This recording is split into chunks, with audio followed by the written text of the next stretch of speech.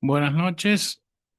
Hoy estamos aquí en un tanto tenebroso con la luz del velador que me alumbra la cara desde abajo. Pero bueno, no tengo otra opción por ahora para poder leer porque estoy este, más corto de vista que de costumbre. Tengo que ir al oftalmólogo en estos días.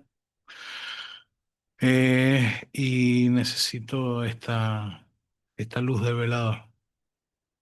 Hoy vamos a, bueno, antes que nada, pedirles por favor que se suscriban al canal, que le den me gusta a los videos.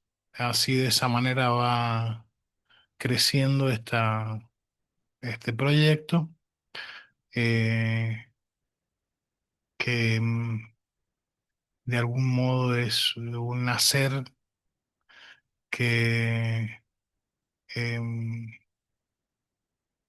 me interesa, digamos, ¿no? Así que, bueno, habíamos terminado. Bien, vamos a grabar la mujer y lo femenino. eh, y estábamos en el capítulo 1, eh, en el artículo de María Inés Sarraillet, la perspectiva de Lacan respecto de la mujer como figura del otro con mayúscula en la cultura. Y nos habíamos quedado en la página 68, la mujer y el otro con mayúscula en Lacan.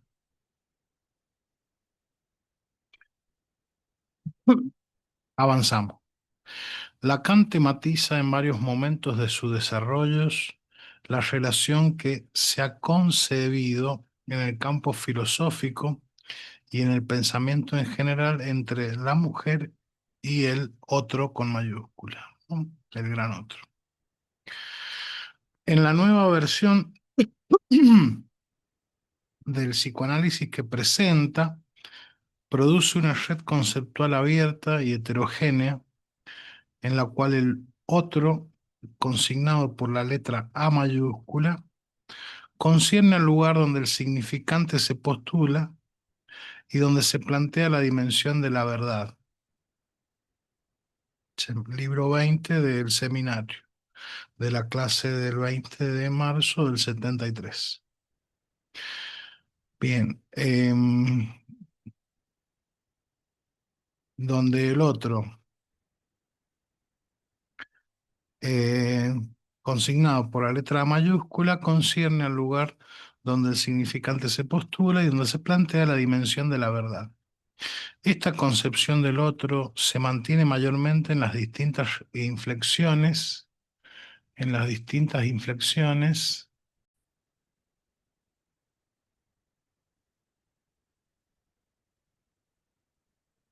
de su propuesta conceptual, en donde los términos van variando en función de la variación del conjunto de ideas.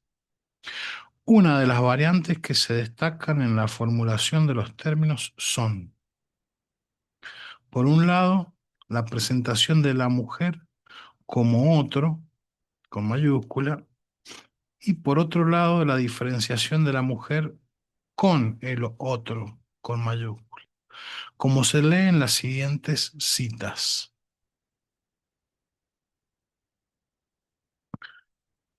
Mujer como otro, y va a citar a Lacan. Mujer como otro, dice Lacan. El hombre sirve de relevo para que la mujer se convierta en ese otro para sí misma, como lo es para él. Tal vez quiere decir simplemente que todo puede ponerse en la cuenta de la mujer en la medida en que, en la dialéctica falocéntrica, ella representa el otro absoluto. Y sigue, ahora la autora. El otro, no por nada tengo que tomar apoyo en él, Eh, no, sigue Lacan. El otro, no por nada tengo que tomar apoyo en él. El otro, óiganlo bien, es entonces un entre. El entre del que se trata en la relación sexual, pero desplazado y justamente por otro plantearse. Por otro plantearse, es curioso que al plantear este otro, lo que he tenido que avanzar hoy no concierne más que a la mujer. Es ella quien, por esta figura del otro, nos da la ilustración a nuestro alcance, por ser, como lo ha escrito un poeta, entre centro y ausencia, entre el sentido que toma en lo que denominé este al menos uno, en el que ella no lo encuentra, sino al estado de lo que les enuncié. Enuncié no más, por no ser más que pura existencia.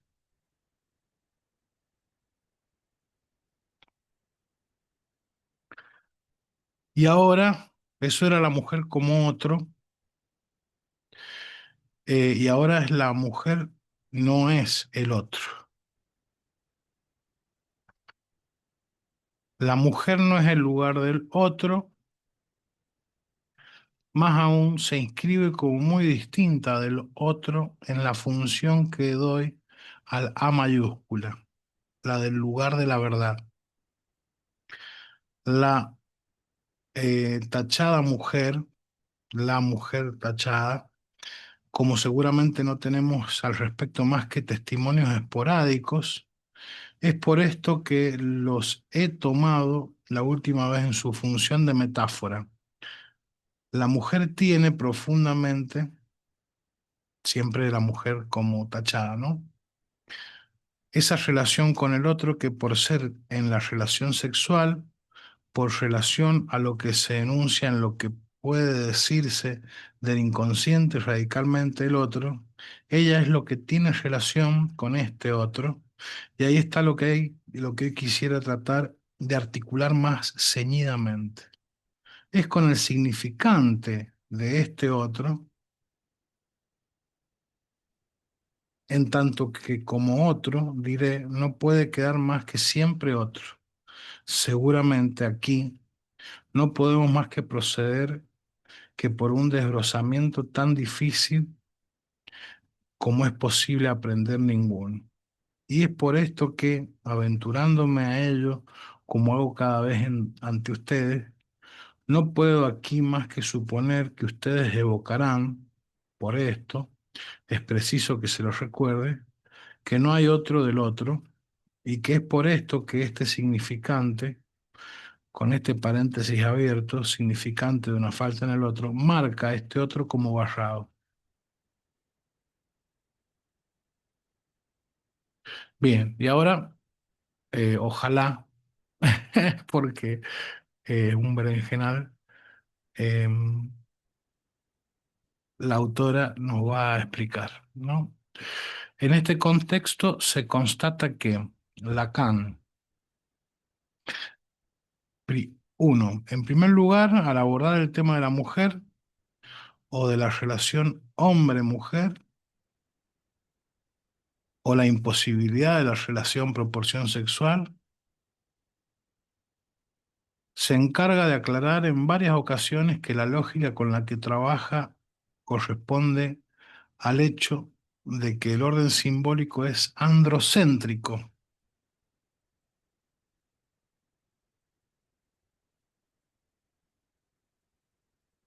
y por lo tanto despliega sus escrituras respecto de esta temática partiendo del punto de vista masculino. Bien, porque el orden simbólico es masculino. Eh, Hace centro en el hombre, en lo masculino, ¿no? Tiene ese sesgo, podríamos decir. Desde este punto de vista es que la mujer representa al otro absoluto, para el hombre y para ella misma. O lo representa, perdón, o lo ilustra.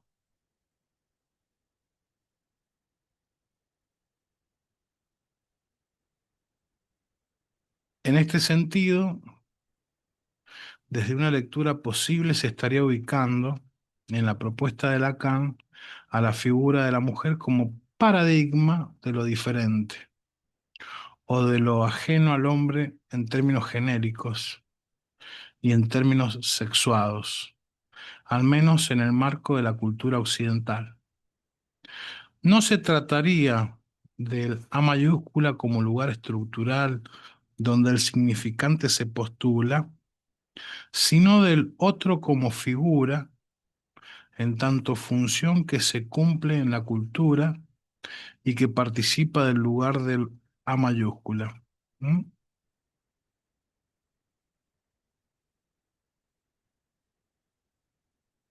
Se trataría de una función en términos abstractos y no necesariamente de alguien en particular, como cuando se habla de la función del director en una orquesta. Se podría pensar esta figura como una institución en el sentido de Benveniste, en tanto se refleja y se esboza en los modos de vida, las relaciones sociales y los procesos verbales. En segundo lugar, cuando Lacan inscribe a la mujer en el significante de una falta en el otro, escritura que corresponde a la incompletud e inconsistencia del orden simbólico, está articulando contra Simone de Beauvoir como ciertas vertientes del pensamiento filosófico, contra Simone de Beauvoir, contra ciertas vertientes del pensamiento filosófico y contra el sentido común, que no hay segundo sexo y por lo tanto no hay dos que hacen uno en eros. Significante de una falta en el otro, inscribe lo que Lacan llama la volatilización del partener sexual desde el punto de vista masculino, ya que por la función del lenguaje el otro se vacía en cuanto ser.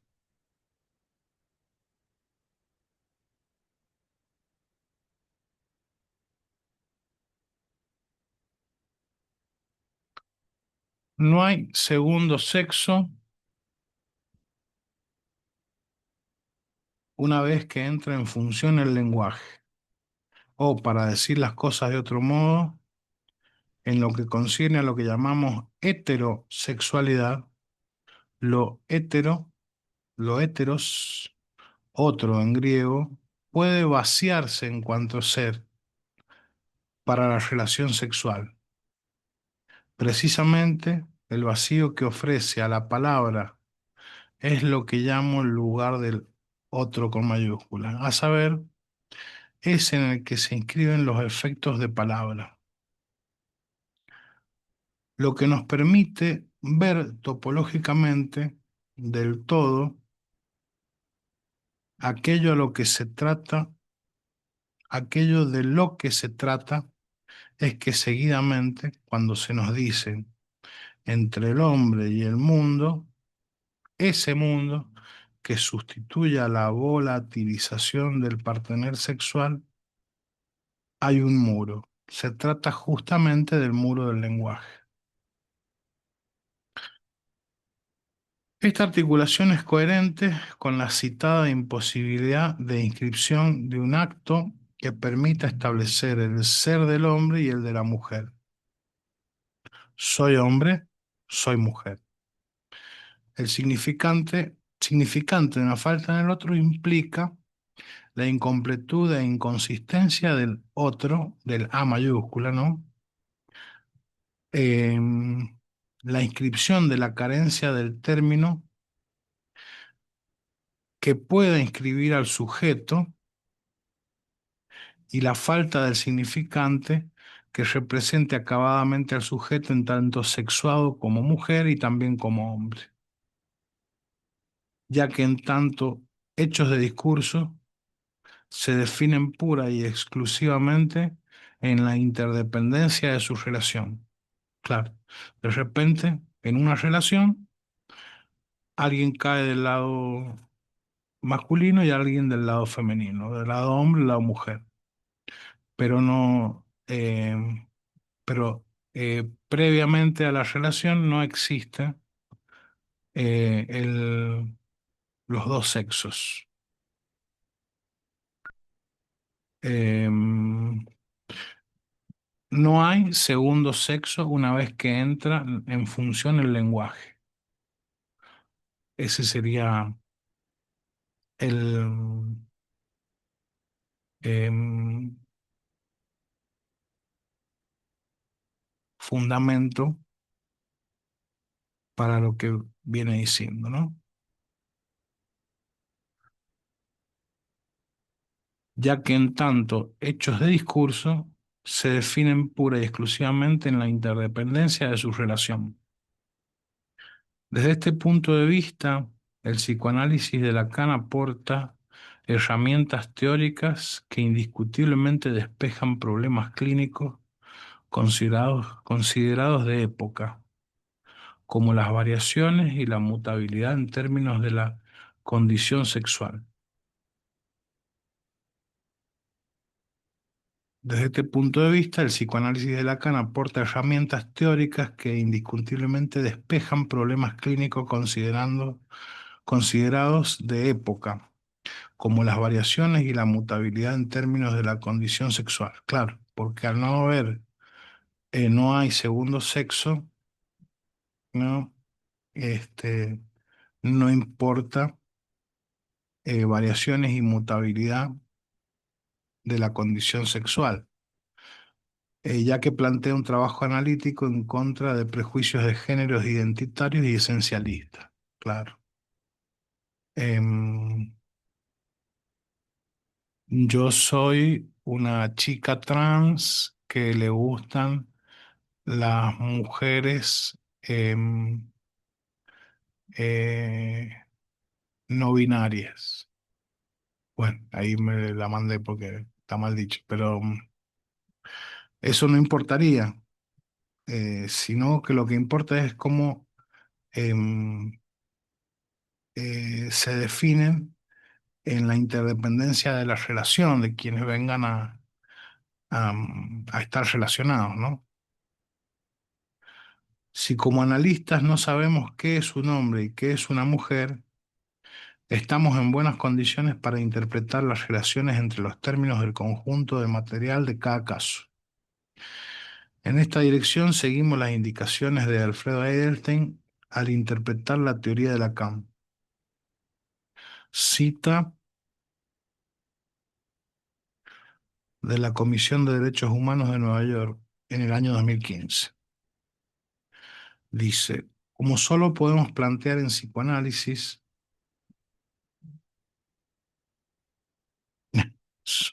qué raro. Eh,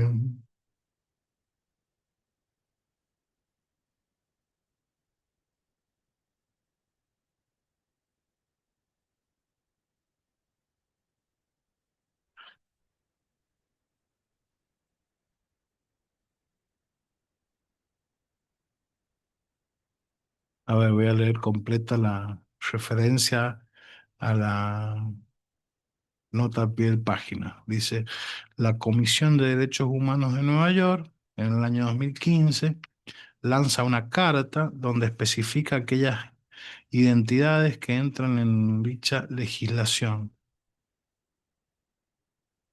tratándose de 31. Aquellas identidades que entran en dicha legislación, tratándose de 31.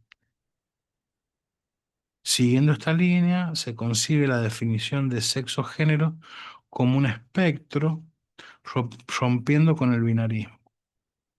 En este espectro, los conceptos hombre y mujer se posicionan en ambos extremos, apoyándose la idea de que la mayoría de las personas no se posicionarían en ellos, sino que se situarían en otras zonas del continuum.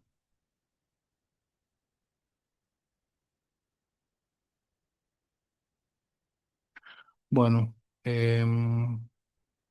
no sé si esto es de Eidelstein o de quién es. pero en todo caso leemos lo que dice. En esta dirección eh, seguimos las indicaciones de Alfredo Edelstein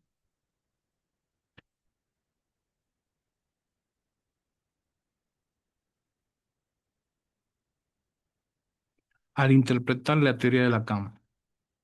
Como solo podemos plantear en psicoanálisis un ser de significante, en el campo de las existencias, ser no ser en sincronía, ya que el ser existe como creación del significante y en tanto se habla de él.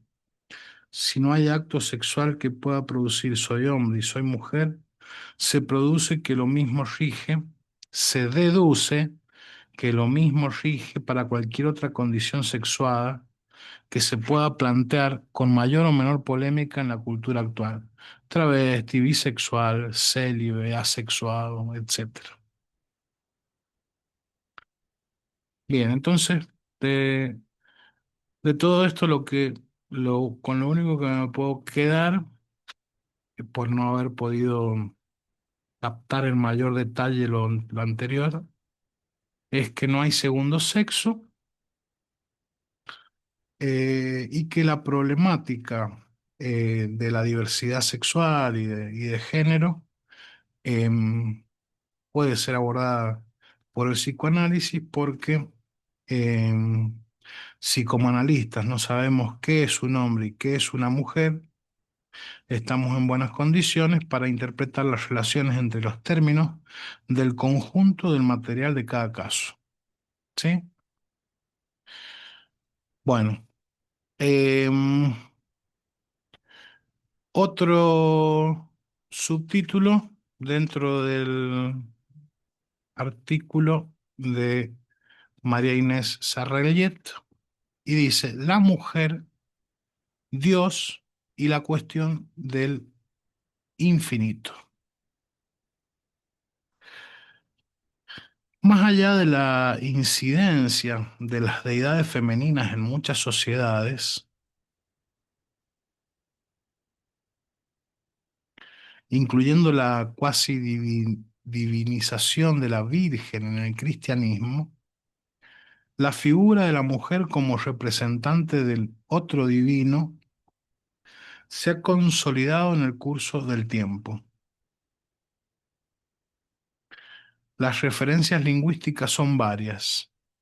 A modo de ejemplo, presentamos las siguientes.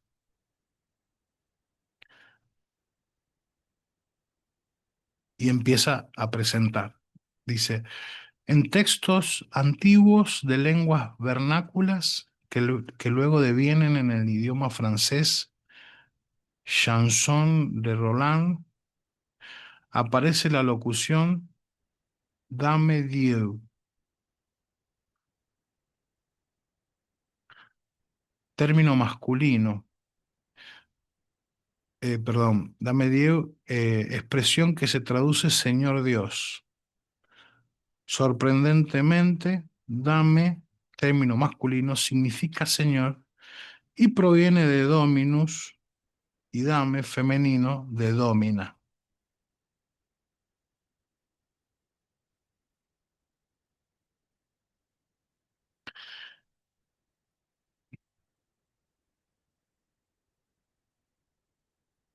En el amor cortés, paradigma amoroso del siglo XII, estudiado por Lacan, se produce una idealización del amor fuera del matrimonio, en la que el caballero rinde pruebas de adoración a la dama al modo de ritos iniciáticos. La dama, en esta retórica, solía ser nombrada como mi señor.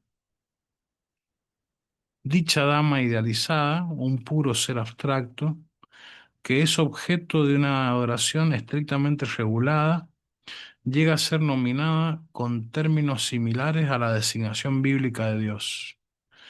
Esto sucede con Jacques Roubaud, que realiza una ecuación entre la dama y la nada, en una suerte de teología negativa, y dice de la dama, no sé quién es ella, Es interesante agregar que el amor le da el nombre de aquel que es, como se nombra a sí mismo el Dios de los hebreos ante Moisés.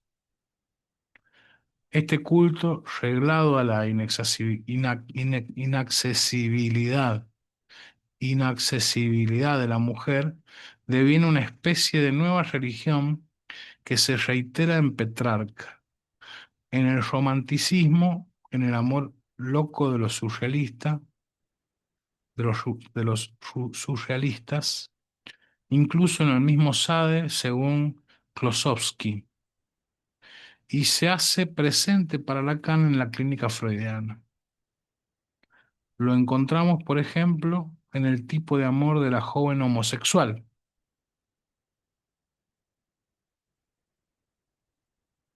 la inaccesibilidad de la mujer.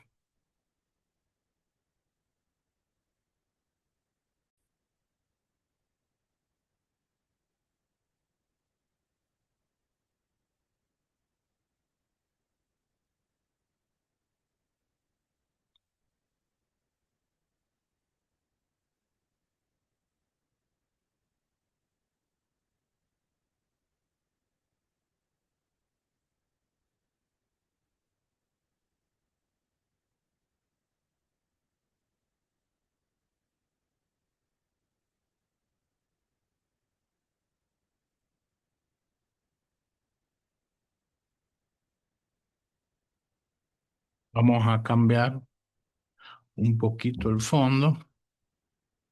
Vamos a poner el libro de las autoras y sacar la cara de este gordo barbudo. Este, bien, entonces lo encontramos, por ejemplo, en el tipo de amor de la joven homosexual. Cita del Seminario Libro 4, clase del 9 de enero del 57. Dice, es un amor que no pide más satisfacción que servir a la dama. Es verdaderamente el amor sagrado, por así decirlo, o el amor cortés en su aspecto más devoto. Freud añade algunas palabras como la de Soir-merci, Soir-merei, que tiene un sentido muy particular en la historia cultural de Alemania. Entonces sería Soir-merei. Es la exaltación que se encuentra en el fondo de la relación. En suma, sitúa la relación de la joven con la dama. En suma, sitúa la relación de la joven con la dama en el grado más elevado de la relación amorosa simbolizada, planteada como servicio, como institución, como referencia. No se trata simplemente de una atracción o de una necesidad, sino de un amor que en sí mismo no solo prescinde de las satisfacciones, sino que apunta muy precisamente a la no satisfacción. En este orden precisamente puede desarrollarse el amor ideal, la institución de la falta en la relación con el objeto.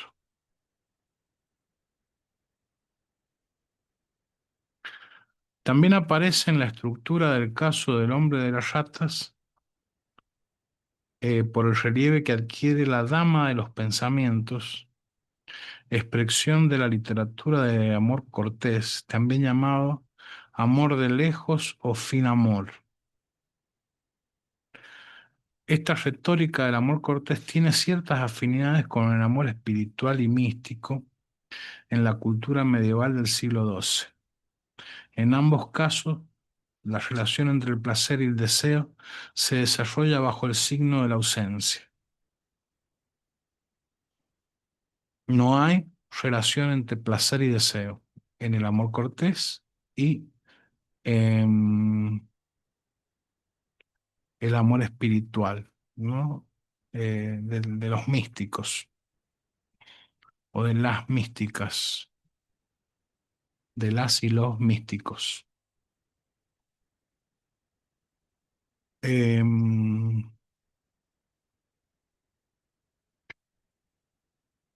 en su libro Eros en la Edad Media, Valadier ubica a Dios y a la mujer como las dos figuras de la ausencia en este momento de la cultura medieval. Dios y la mujer, las dos figuras de la ausencia, en el campo del amor místico y del amor profano. En el cristianismo, el deseo que se puede tener de Dios anticipa el goce de la beatitud celeste. Lo mismo ocurre en la llamada delectación amorosa, un deleite anticipado en el fantasear previo al encuentro con el objeto femenino que procura placer en su ausencia. En el amor erótico y en el amor cortés. Retomo, dice, en el cristianismo el deseo que se puede tener de Dios anticipa el goce de la beatitud celeste. Lo mismo ocurre en la llamada delectación amorosa, un deleite anticipado en el fantasear previo al encuentro con el objeto femenino que procura placer en su ausencia. Lo mismo ocurre en la llamada delectación amorosa, en el amor erótico y en el amor cortés.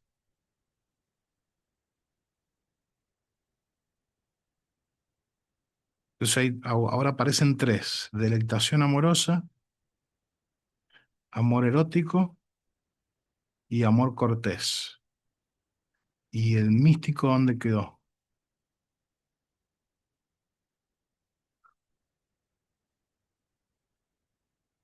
Bueno, también está por ahí dando vuelta. Los medievalistas toman este amor terrenal como paradigma del amor espiritual, razón por la cual la lengua se ha podido alimentar de términos prestados entre el amor místico y el amor cortés. Claro, esos son los dos que se emparentan más fácil en lo que veníamos leyendo eh, en el capítulo uno, en el em, texto anterior. Em, pero el, el amor erótico y la delectación amorosa em, son cosas que me quedan fuera de cuadro. En este contexto discursivo, Dios y la mujer ocupan el lugar inaccesible, separado por una distancia lancinante y en ciertas formulaciones infinita. No sé qué es lancinante, a ver si nos dice algo internet. Bueno, seguro que va a tener que ver con algo del infinito, ¿no? Em, lancinante.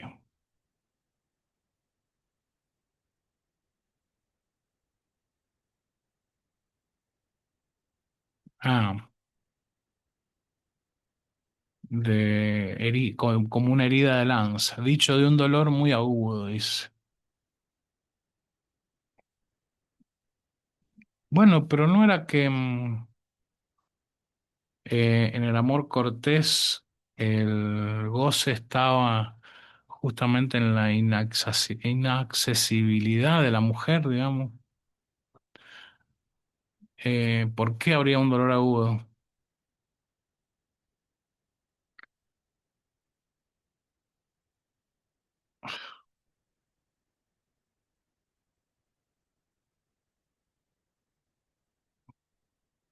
Dice, Dios y la mujer ocupan el lugar inaccesible, separado por una distancia lancinante y en ciertas formulaciones infinita.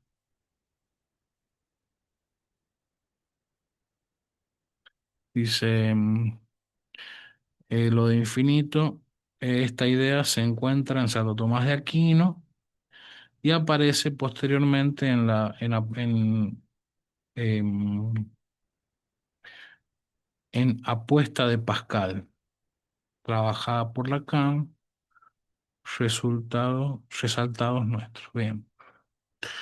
Este lugar ha sido ocupado con el correr de los siglos, según autores como Certeau y Strindberg, por el endiosamiento paulatino de la mujer, correlativo de la desidealización de la divinidad que ha tomado la forma de la muerte de Dios. Este lugar ha sido ocupado con el correr de los siglos, ese lugar de lo inaccesible y de lo que tiene de una distancia lancinante o infinita, que no es lo mismo, ¿no? Este dolor agudo de lo lancinante. Este lugar ha sido ocupado con el correr de los siglos, según autores como Certeau y Strindberg, por el endiosamiento paulatino de la mujer.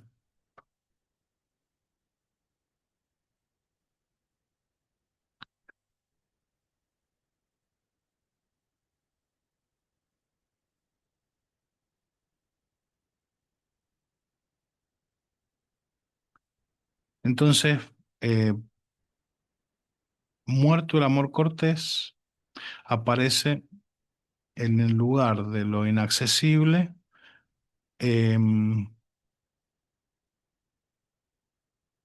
el endiosamiento paulatino de la mujer. Entonces, la mujer, eh, como hemos dicho, como efecto discursivo, en la relación aparece alguien del lado mujer y otro del lado hombre, ¿no?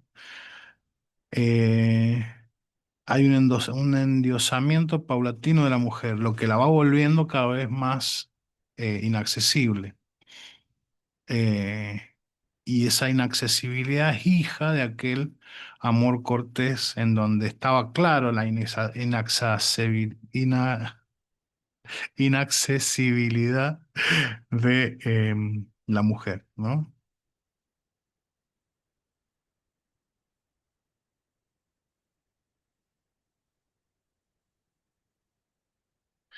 Em, Correlativo a este endiosamiento de la mujer, correlativo de la desidealización de la divinidad que ha tomado la forma de la muerte de Dios. Entonces, a la vez que se la sublima a la mujer, bueno, no sería se la sublima, a la vez que se la endiosa a la mujer, se desidealiza a la figura de Dios al punto de decir Dios ha muerto, ¿no? Nietzsche, Dixit. Fries, en La diferencia de los sexos, plantea que Steinberg, que era misógino, se mostraba preocupado por la pérdida de Dios y el lugar de la mujer como sustituto de la trascendencia. Esta divinización de la mujer la ubicaba en el lugar de la trascendencia. Dios estaba relegado y la mujer hacía su aparición.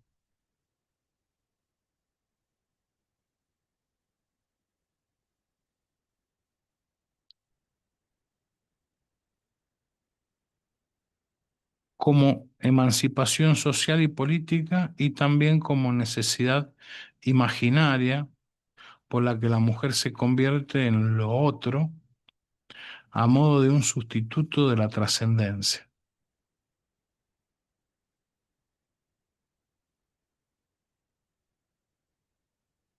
Se trata de un paradigma que se instala fuertemente durante el siglo XIX, cuyo desarrollo viene llevando varios siglos desertó, desertó en la fábula mística y nos advierte que ya, bien, viene una cita. Pero, a ver, me interesó esto.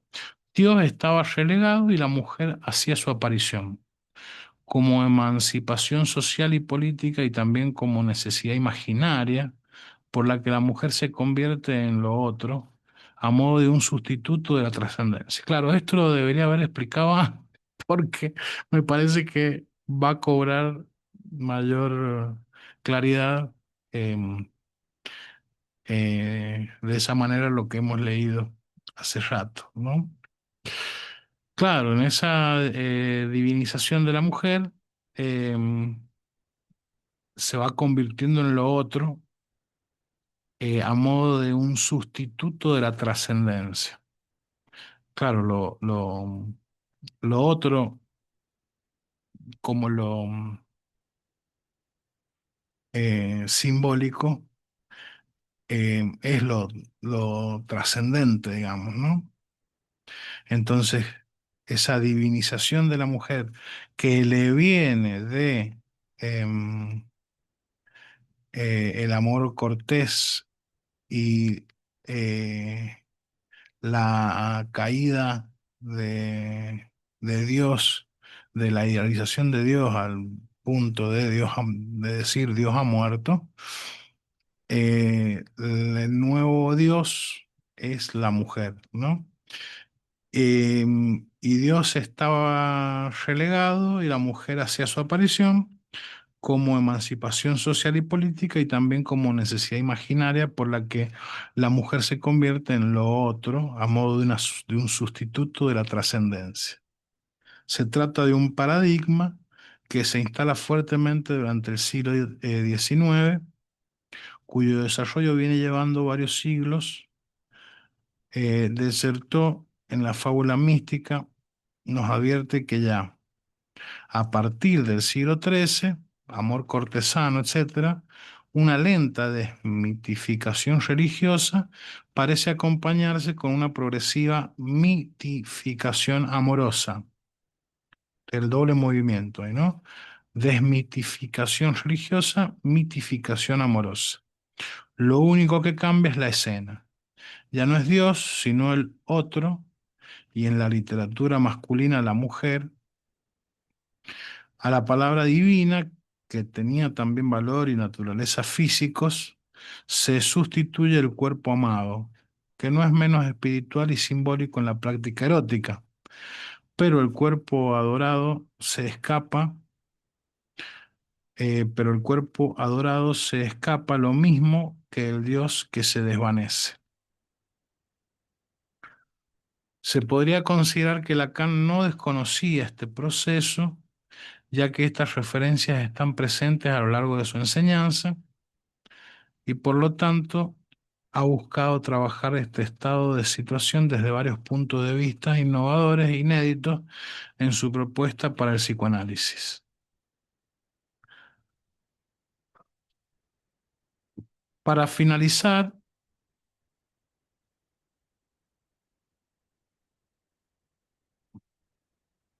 el esbozo de algunas pistas para dejar uno de esos puntos de vista, la articulación entre el goce femenino y Dios. Uno de los términos conceptuales más difundidos referidos a la dimensión del goce de la enseñanza de Lacan es el relativo al goce femenino. Planteado en sentido objetivo y subjetivo, goce de la mujer y goce del objeto femenino. Goce propio de la mujer y goce del objeto femenino, ¿no? En, genitivo, bueno, presentado como otro goce o como más allá del falo.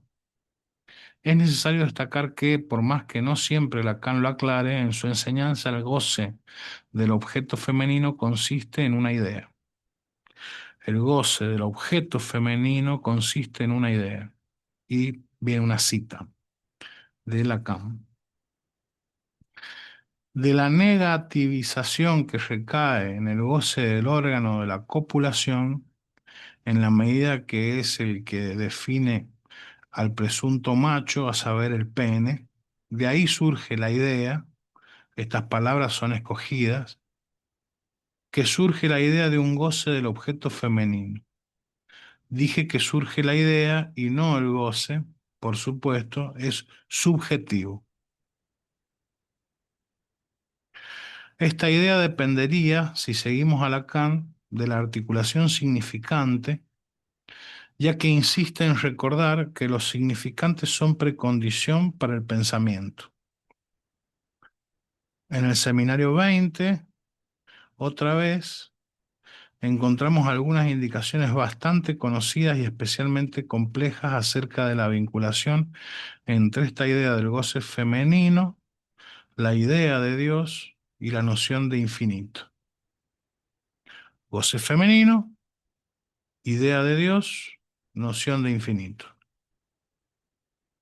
La complejidad del tema no permite desplegar en este trabajo el desarrollo de las fórmulas de la sexuación, referencia obligada en el análisis del problema. Y otra cita de Lacan que dice, cuando yo digo que la mujer tachada no es toda y que por eso yo no puedo decir la mujer sin tachar, es precisamente porque es lo que yo pongo en cuestión, a saber, de un goce con respecto de todo lo que se inserta en la función phi mayúscula de X. Es del orden de lo infinito,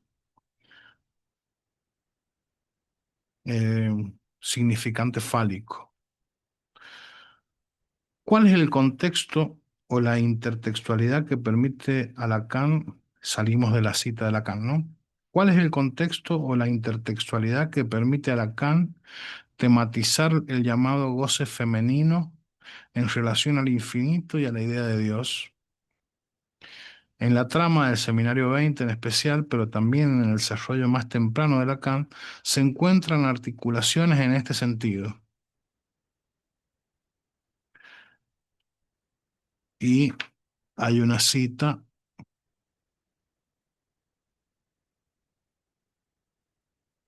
del Seminario del Libro 20, de 1973.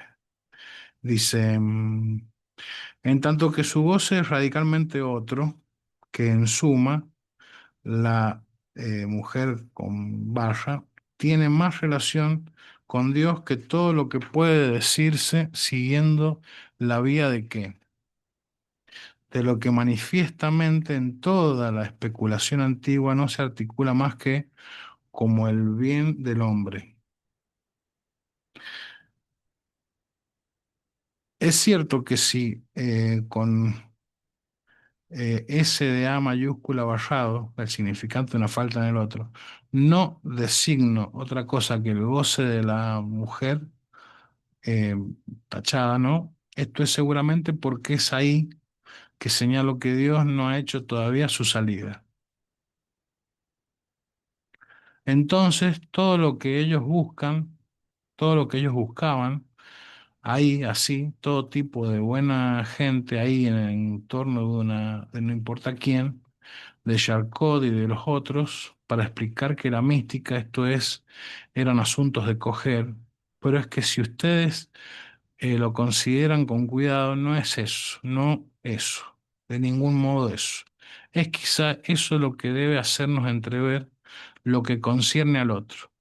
Este goce que se experimenta y del que no se sabe nada,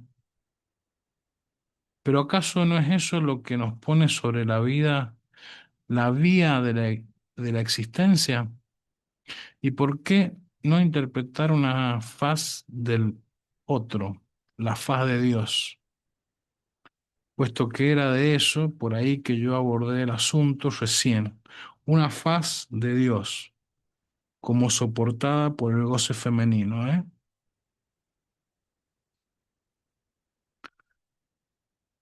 Sigue Sarrellet. Tal vez una de las pistas es la condición de la inaccesibilidad,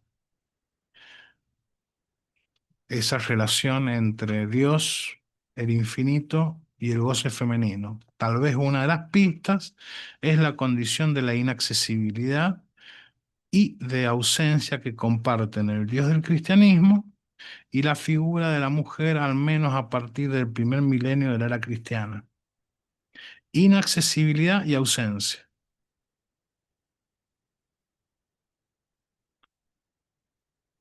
Cabe destacar que los atributos de Dios se caracterizan como infinitos y que la distancia con respecto a Él se plantea en los mismos términos.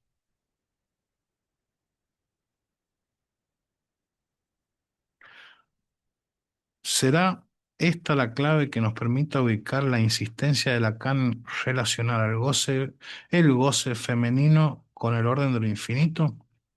Lacan establece una escritura lógico-matemática en la cual el goce de la mujer, que según dice tendría relación con Dios, se escribiría como infinito.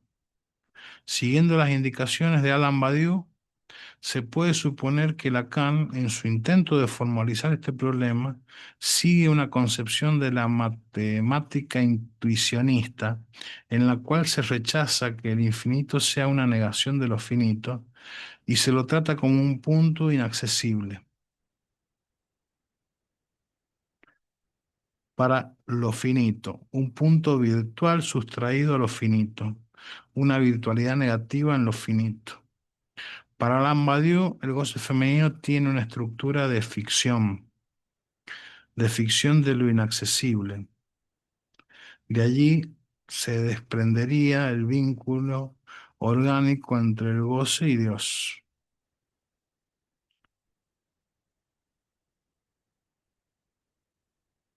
De allí se desprendería el vínculo orgánico entre tal goce y Dios.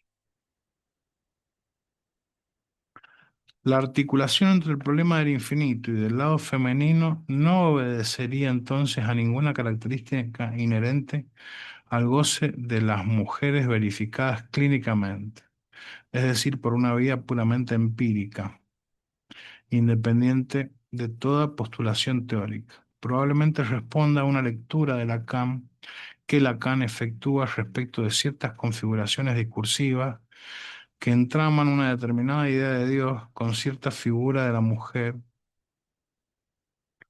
producidas en la historia de la cultura occidental.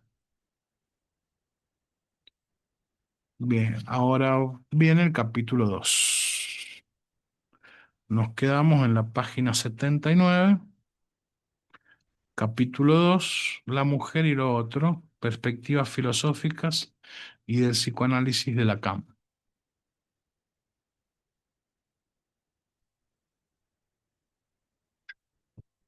Bueno, ardua tarea. em,